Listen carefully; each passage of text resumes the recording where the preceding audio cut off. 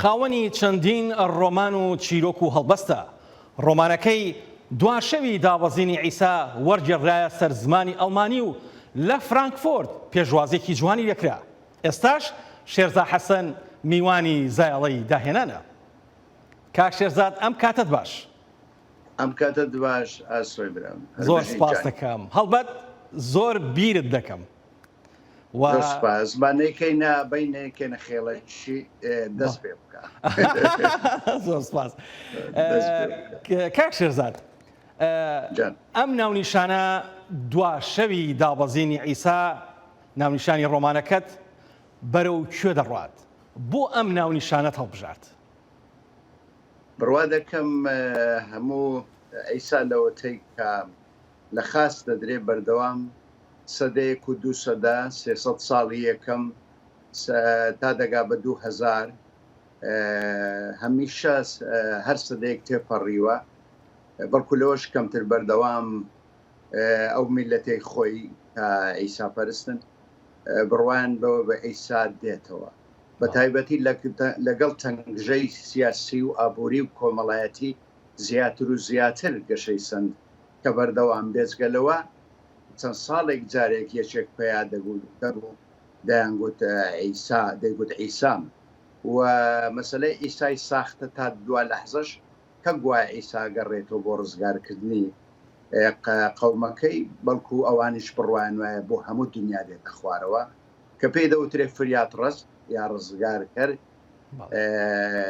ئەو کەسە ئەو زاتانە بۆ دەزانی لە هەر سێ دینە ئاسمانیەکە لەگەڵ دینەکانی سەرزەمینی وەکو بودیزم وەکو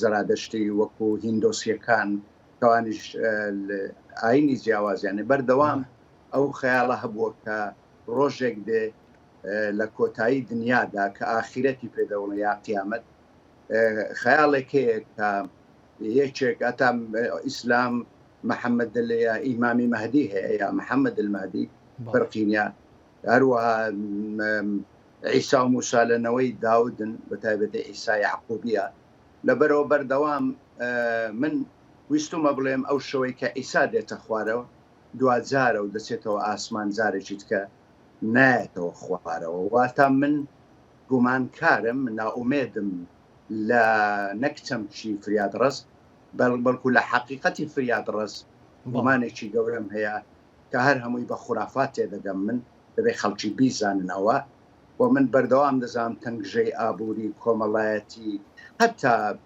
هەتا ئەو دۆخانەی کە تووشمان دێ لە باری سروشتیەوە کە سروشت دەکەوینە تەنگژەباری لەگە سروشت هەر کاتێ شتێکە بێت تەنگژەباری بێ لە باری ڕۆحی ئینسانی بەردەوام مرۆڤ خەولی بەوە بینیوە ڕەنگە لە ئاسمانەوە یا لە سەرزەمین بەڵام ئەو ئاینانە هەمووی بە سەرزەمینی کەسیانن دەتوانم بڵێم 4-5 سەرەکیشمان هەیە بەردەوام لەو خولیایە بوو من گومانێکی گەورەم هەیە لە فریاد ڕست بەڵکو لە ئایدۆلۆژیاتی ئەرزش خۆ زانی کۆمۆنیزم بەڵێنیدا بەهشت دروستە لە سەرزەمین یا کۆمەلگایەکی بێت چینایەتی پڕ بێت لە عەدالەت بەڵام وەکو پۆڕیکۆر دەڵێ هەر کاتێک بە ناوی ئایدۆلۆژیایکی ئاسمانی بێ یا سەرزەمین وەختێک باز لە بەهشت دەکەین بزانە بەرەو ماڵوێرانی و خوێنباران و کارەساتی زۆر گەورە دەچین ئایا من هاوسۆزم لەگەڵ قسەی پۆڕیکۆر بیرمەندی فرەنسی 100%. بەڵێ کاک شێرزاد ئەم ڕۆمانەی تۆ وەردەجێڕێتە سەر زمانێکی جیهانی هێندەی من ئاگادار بم دەستگای چاپ و بڵاوکردنەوەکە داوای ڕۆمانەکانی دیکەشت دەکەن هەڵبەت لە وەرجێڕانی ڕاوێژ سەلیم و خانمێکی وەرجێڕە وتا بەڵێ بێگومانە ئەوان حەز دەکەنەوە کۆنتراکتە بکەین خەونەوەی کەم جاریشە لە هەموو نەمسا دەقەچی ئەدەبی کوردی بڵاو بێتەوە بە زبانی ئەڵمانی خۆ دەزانی لە حوت وڵاتی تکاوەندەی من بزانم زبان ینی زبانی قسەکردنیان ئەڵمانیە بەڵام ئەگەر ڕاستگۆ بم لەگەڵ تۆ دەوەستێتە سەر ئەوەی بای چەند ڕۆشی دەبێت بای چەند خەڵک ڕووی تێدەکا بای چەند ڕەخنەگران و ئەوانەی ئەدەب ناسن بە تایبەتی ئەڵمانیەکان چەندە باسی دەکەن چەندە ستایشی دەکەن ئەژینا ناتوانم بڵێم خەون بەوە دەبینم کە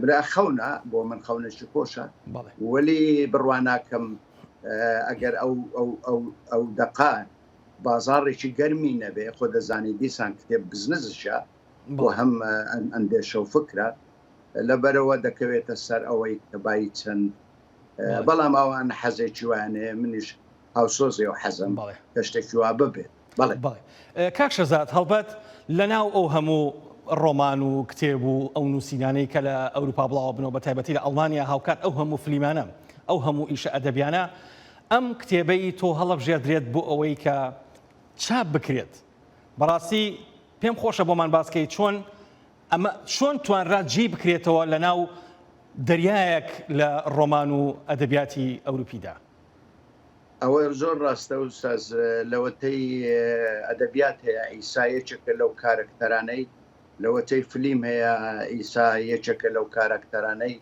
لەوەتەی نیگارکێشان و هونەرەکان و ئەدەب بە بێشومار بە هەزاران ڕنگ و شێواز ئیش لەسەر ئیسا کراوە خۆ دەزانی بڕوا دەکەمەوەی بۆ من گرنگە ئەوان وەکو دەستگای چاپەمەنی خوێنەوارن بە تایبەتی پاوڵ کە لەگەڵ خانمەکەی ئاوڕا بڕوایان وایە ئەمە دەقەچی زۆر تازەیە و لە ئەدەبیاتی غەربی بەم شێوە باسی ئیسا نەکراوە و ئەوان زۆر تاکی دەکەن دەڵێن ئیسا چیترە و ئیسای مێژوونیە تۆ ئیسایەکی کە تێناوە قسەکەیان ڕاستە قسەکەیان لەوەدا ڕاستە کە من ئیسام کردەوە بە دەمامک ئەو چۆن لە خاص دراوە من بە خۆشم هاتووم بیرم کردەوە کوردیش بە درێژایی زەمن بە تایبەتی لە گەلاوێژی 1923 لە دوای زەنجیزیانی یەکەم بە خەڵک و خاکەوە لە خاچە درێت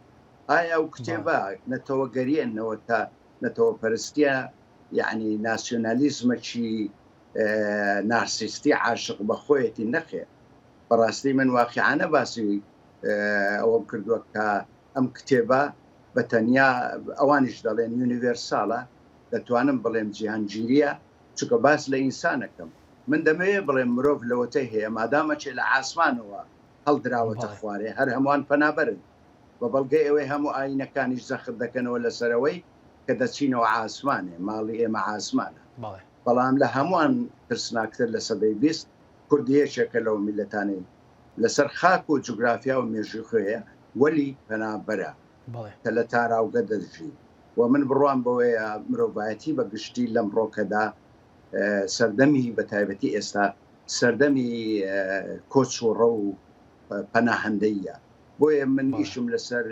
پەناه ئیسا کە مەلۆچکەیە لە ترسیەوەی پاشانەی کوژێ لە بەروێ نێرینەکان ڕەنگە جێگای بگرنەوەیکی لە نێرینەکان ئیسا خۆی یەکەم کەسە بە مەلۆچکەی ئەبێ بە پەنابەر لە شارێکەوە دایکە و باوکە مریەم و دەستگیرانەکەی کەی سوی دارتاشە مناسبە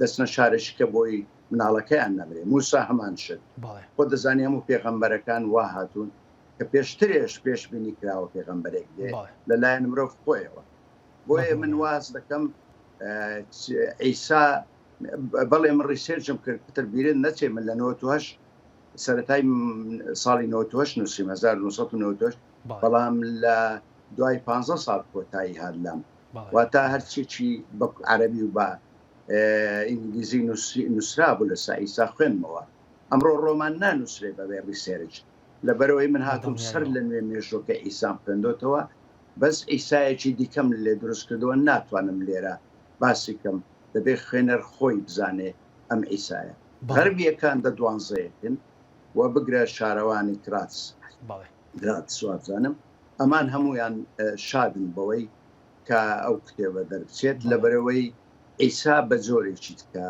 لەوێدا پیشان دراوە ناکرێ من ناوەرەوەکی ئەو کتێبە باسکەم لە بەدڵنیایەوە کاک شەرزاد هەڵبەت ئیسا و هەم دواتر کە بازە محەممەدی مەهدیە کرێت هەمووان ڕزگار دەکەن یان محەممەدی مەهدی موسڵمانەکان ڕزگار دەکا و ئیساش کریسیانەکان ڕزگار دەکات یان بەڵێ بەڵێ بەڕاستی موسا بەم چەشنەیە کە کەم ماشەیح یاخود ئەوەی کە بەزەی چەور دەگرێت چی پێدەوترێ شتێکی تایبەتە لەو پێغەمبەرانە بووە کە بەوە ئەیساش بەوە ناسراوە، بەڵام ئەیسا لە ئاوی هەڵکێشاون. گرنگەوەیە یەکشت بڵێم، موسا دێتەوە بەڕاستی زیاتر قەومەکەی کە پەراگەندە بوونە لە دێر زەمانەوە خۆیان دەکات. واتە قیامەت لای موسا ئەوەیە کە فریاکەوێ یەکەم جار خەڵکەکەی خۆیان کۆبکاتەوە. لە هەمان کاتیش دەتوانم بڵێم ئیسا پێشتر خەڵکەکەی خۆی ڕزگار کردووە. ئەویژەوەیە کە لە خاچە درێ دەڵێ ئەوە خوێن ئەوە هاانێ ئەوە خوێنم کە شەرابەکەیان داتێ، دەڵێ ها ئەوە گۆشتم کەنانەکەیانەدا تێ بە مریدەکانی خۆی. لەبەرەوەی ئیسا بەر لەوەی کە بێت جارەجیت کە ئەو زوو میلەتەکەی ڕزگار کردووە، خوێنی خۆی کرد بە قوربانی هەموو میلەتەکەی، واتە گوناه هەڵگری گوناحی هەمووانە. بەڵام لە ئیسلام محەممەد المەهدی کە دەیە ئیمامی مەهدی وایە لەنەوەی بڵەماڵەی پێغەمبەرە و سەر بە ئیمامی عەلی و دەگەڕێتەوە بۆ فاتیمە و لە لاوە دەیبنەوە لای حوسێن. ئەوان نەخێر، ئەوان دەڵێن لە ئاخیر زەماندا هیچ ئاینێک نامێنێت، هەمووان دەبێ بێنە ناو ئەو ئاینی ئیسلام و دێن بەخوایشتی خۆی هەرچی ئەدیان هەیە سەرزەمینی بێ ئاسمانی دێ بای چەنە و قسەیە دێتە دی ئێمە نازانین چکە نەگەیشتنە قیامەتێ، لەبەرەوەی نەگەیشتنە ئاخیر زەمان. بۆیە بەڕای من ئەمانە هەر هەمووی ڕمن لێدانە پێشبینی کردنە. بەڵام ئایا من بڕوان بەوەیە بەم چەشنە بێ ڕەنگە لە لای من وەکو لە سەرەتاوتم بۆی ڕازگۆ بم لەگە خوێنەر و بینەری خۆم بە هیچ شێوەیەک بڕوان بەوە نییە. ئەمە تەنها زادەی تەنگژەباریە، ناومێدیە، دۆخی خراپی ئینسانە لە سەرزەمین بەردەوام خەونی بە فریاد ڕست بینەوە.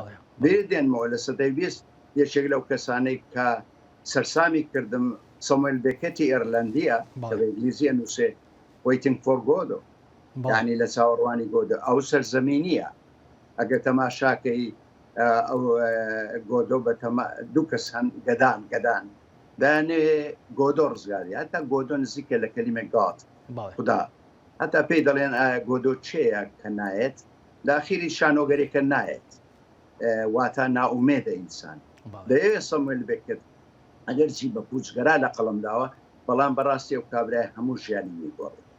تەنها بە تەنها شانۆگەری پوچگەرایی کە خوێنمەوە دوایەوە هەرچی قوتابخانەکانی پوچگەرایی هەموو شانۆ نووسەکان ئینسان دۆستی عەجیب و غەریب، بەڵام هەر یەکەشیان چ موسا چ ئیسا چ ئیمامی مەهدی دێتەوە هەر هەمویان بانگەشەیەوە دەکەن کە دێنە خوارێ بۆ ڕزگارکردنی هەموو مرۆڤایەتی. واتە هەر دینێک بە خۆی دەنازێت، لە بودیستا وایە، لە زەرادەشتا وایە، لای دیاناتی هیندۆسی کە زێدە خوددا و ئاینی جیاوازیان هەیە، هەر هەمویان قەناعەتیان وایە چکە هیچیان نایانەوێ بڵێن ئێمە دەین میلەتەکەی خۆمان ڕزگارێک. لە کۆبەندی ئەو پێغەمبەرانە بە سەرزەمینی و ئاسمانی هەر هەمویان قەناعەتیان هەیە. ئایا من بڕوان بە فریاد ڕەسەیە لە ئاخیر زەمان نەکرد؟ بەڵێ منیسمەوە پرسیارەت لێکم، بەڵام وەڵامت دامەوە.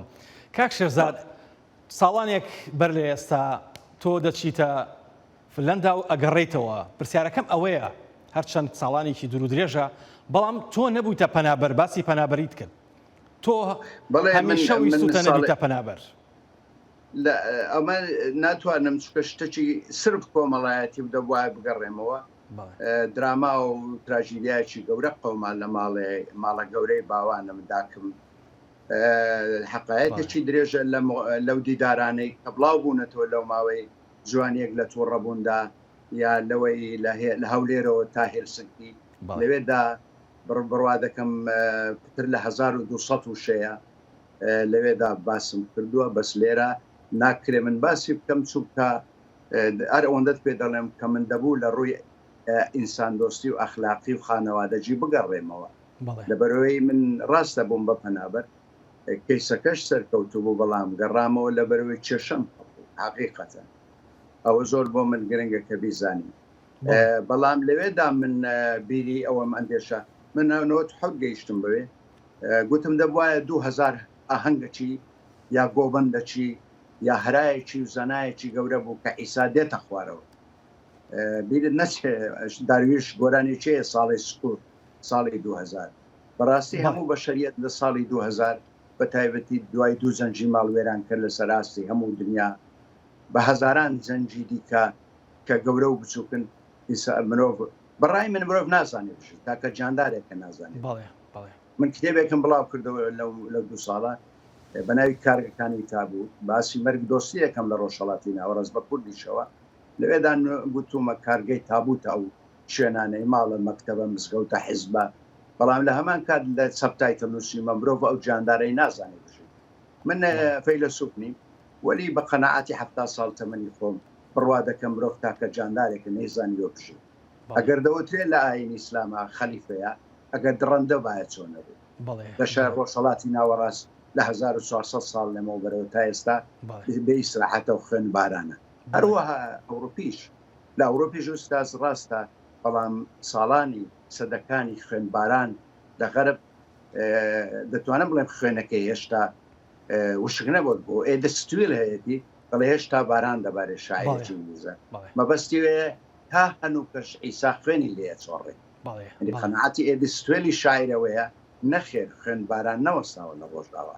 ئەمە ژنێکی مۆدێرنە مەشهورە بەڵام کەم کەس ئاوڕی لێداوەتەوە بە دیدگای من ناو قسەی ئێدیستوێل زۆر ڕاستە هێشتا ئیسا یا هێشتا مرۆڤایەتی خوێنی لێ دەچۆڕێ. بڵێ کاک شێرزاد دوایمین پرسیار هەڵبەت زۆر ماوە قسەی لەسەرکەین بەڵام کاتی بەرنامەکەمان زۆر ئەوەیە. دوایمین پرسیار لەسەرەوەی کە لە هەموو چیرۆکەکانتە چیرۆکێکیان لە هەموو ڕۆمانەکانتە هاوکات لە هەڵبەست و شعرەکانیشتا چیرۆکی خۆشەویستی ئامادەجی هەیە. لەم ڕۆمانەتە چیرۆکێکی دڵداری دەبێتە کێشەی ناو ڕۆمانەکە. بەڵێ لەوێ من بەخۆم لە مناڵی بینم من ساڵانی سەرەتاییم لە ڕواندستەوە کرد کچێکی دراوسێمان تاکە کەسێک بوو لەو خانەوادە ئیسایی بوون ئیتر من و ئەو زۆر هۆگری یەک بووین بچکۆلە بووینێنی دەتوانم بڵێم لە یەکی سەرەتاییوە تا 5 یا 6 بڕی کرد دوایی ئەمە بوو بە کێشەکە من بۆچی هۆگریە و کچە بچکۆلم یا ئەو بۆت ینی ئەوەکەی هێلکە بۆ هێلکە ڕەنگە و ڕەنگەکەنەوە زۆر سەرسانی کرد. دایکم پەرێشان حاڵ بوو دەیگوت ئەگە گەورەبی ڕەنگە وا بکەیت تۆزت نەمدەزانی زەماوەند چییە بەڵامی تر بوو بە کێشەی بەڕێوە بەر بوو بە کێشەی ئەوە بەردەوام لە تەنیش یەکیشدا دەنیشین چکە نەمان دەزانێ ینی تۆ مناڵی بەڕای من مرۆڤایەتی بە گشتی و بە تایبەتی ئێمەی شەرقی بۆ کۆبینی ئەدەبیاتێکی ئیسلامیە لە کوردستانی باشوور لە زۆر شوێن بەڵێن حتا لە باخچەی ساوانی سەرەتایە بێ جیای کەین بەڕاستی ئەمە کوشندەیە ئەمە بۆ من ئەو دۆخە ئەو ئیسایی من مسلمان بووم بە قەولی ئەوان دەبواە بەڕاستی بارمان کرد لە 6 بڵێن ئەورون 12 بوو دیتر تاکە شتێک لە یادی من ماوە و کچەم نەدیەوە لە کاتی ڕۆیشتم کوڕەکان و کچەکان بەشێکی بینی بەس ئەو کچەم نەدی بۆیە من دوور دەقەشکەم نووسیتەمی سەرخەرەن ڕێک باسیەوەکەم بەڕای من ئولفەت خۆگربوون لە وڵاتی ئێمە بەگشتی لە ژیانی مرۆڤایەتی زۆردار ترسناکە خۆشەویستی بە خۆی مەترسێکی زۆرە لە قۆناغی دوای ئەگەر بیرت بێ من پێدەشتی کارمامزەکان دەنووسم لەوێدا لە گەورە ساڵی دەبن کە ژنە ڕەدوو دەکەوێت هەموو دنیا دەبێت بە دوژمنی لەبەرەوە ئێستاژە بینی خەڵگە کوژێ لەسەر حەزۆچێ و لەسەر ڕۆژانە دەبیسی لە زۆر وڵاتی ڕۆژهەڵاتی بە تایبەتی لە کوردستان باشووریش هەر ئەم ڕۆژنێک کوژران لە سلەیمانی کچێک بەدەستی برای ئەم قەت و عامە چییە لەبەرەوەی باشە دەکرێت ئیسانەوەندە زەندەقی لە خۆشەویستی چوێ هەری خەڵچێک بە من دەڵێ ئیباحی بابە من دەمەوێت ئیسان و ئیسان بە سروشتی خۆی بژی تۆ گەر ئیمانداری لە چی دەترسی تۆ گەر خوداناسی لە چی دەترسی یعنی ئایا پرسیاری منەوەیە توانی پەروەردەشی مۆدێرن بۆ پەروەردەشی ئینسانی هەیە تۆ لا توایە لێرە پڕۆ کچکە تێکەڵن تۆ لە ئەمریکا ئاژی ئوستاز خۆکە تەگە و بزننی نەمان بە شەرن هەمویان لەبەرەوەی ئازادن لەبەرەوەی وا دەزانێت خەڵک ئەوروپا تیاترۆخانەیەکی گەورەیە نەخێوانیە هەرگیز مادام ئازادی کەواتە هەڵبژاردەتێک کە هەڵبژاردت بوو ئەتۆ ئەو هەڵەیە ناکەی کە لی دەترسێن دایکان و باو چ لە غەربێ چ لە شەرقێ. بەڕای من گومانێکی گەورەم هەیە کە وەکو نوکتەکەم هەیە، من گوتی جارێکیان باوکمات گوتی ئەو کچە چەمان حەز لە کوڕی دەکات نابێ ئەوە لەسەر ناکرێت. گوتم باوکە وا باشترە ڕقی لێ بێ باشترەوە نییە. ئیتر تەبانە و زۆر خراپ بەرخۆردی کرد. بەڵام قسەکەم لەسەرەوەیە کە بەڕاستی خۆشەویستی هەمیشە لە تەنگ ئەگە تۆ تەماشای داستانەکانی غەرب و شەرقەی کوڕکچەکان قەت بەیەک ناگەن ها، واتە لە مینتاڵەتی لە ذهنیەتی بەشەری لە خەیاڵدانی بەشەری هەمیشە شتێکەیە ئەو کچ و کوڕانە یەکتریان خۆش دەوێت ترسناکە بگەن. لە ڕۆمیۆ و جولیتەوە بۆ شیرین و فەرهاد هیچ میلەتێک نییە ڕۆمیۆ و جولیت و فەرهاد و شیرین و فەرهادی نەبێت. بەڵام بۆ هیچ یەکێک لەو داستانانە بەیەک ناگەن، زۆریشان بە مەرگ کۆتایی هاتووە. ئەمە پرسیارێکە دیراسەتی دەوێت لە ئەفسانەکانی شووارە، کەواتە مرۆڤایەتی دەترسێ لە خۆشەویستی وە ساز نەکراوە هێشتا بۆ خۆشەویستی. وەکو ڤلێنم ڕایشی ئەڵمانی ئەڵێ یەک جار ئۆرگازمی پێویست بە دووەم نییە. زۆر لەگەڵەوە قسەیەدا چکە مرۆڤایەتی حتا لە خۆشەویستی هەموو جاندارەکان لە کرمەوە تا کەرکەدەن تافیل یەک هارمۆنیایان هەیە نەبێتەوە ساز جنێ و بە سەگ و پشیلە. بەڵام ئینسان تاکە بوونەوەرێکە ناتوانێت هارمۆنیایکی کامل بدۆزێتەوە.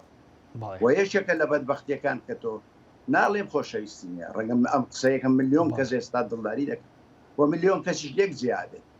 بەڵام ئەوەی لە ڕۆژ هەڵاتی ناوەڕاست کە من ناوی دەنێم ڕەش هەڵاتی ناوەڕاست بەڕاستی کارە ساتێکی گەورەیە.